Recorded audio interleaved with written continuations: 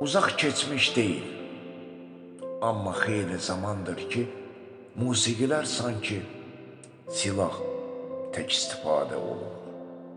Bəzən xırda nərmin, bəzən isə partlayışdır. Şəbnəm xanım, məhz sizin musiqilərinizdə partlayış yaradan ifalardır. Sadəcə can almır, eşq dolu həyat bəxş edərək.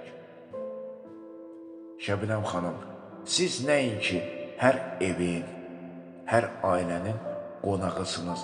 Siz artıq mənim qəlbimin ən dəyərli müsafirisiniz. Neynim ki, bu hissləri gizlədə bilmirəm. Deyir, Allahdan gizli deyilsin, bəndədən niyə gizli qalsın?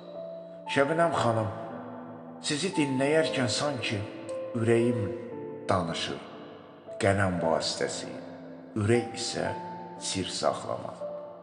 Şəbnəm xanım, əsas məkan deyil, önəmlisi aşıq saz havası xanəndənin ifasıdır.